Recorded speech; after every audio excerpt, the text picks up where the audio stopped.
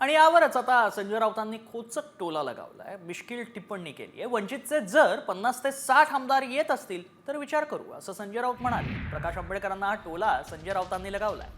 आणि संजय राऊतांनी हा टोला लगावल्यानंतर राऊतांचं वक्तव्य म्हणजे आंबेडकरांचा अपमान असल्याचं शिरसाटांनी म्हटलेलं आहे.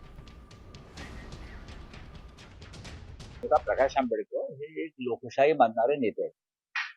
त्यांचे जर 50-60 आमदार निवडून येत असतील आणि गरज लागली 50-60 आमदारांनी, तर आम्ही नक्की, आणि महाराष्ट्राचे महत्वाचे नेते आहेत ते प्रकाश आंबेडकर साहेब, आम्ही नक्की त्यांचा विचार करू. काय विचार करायचा नाही?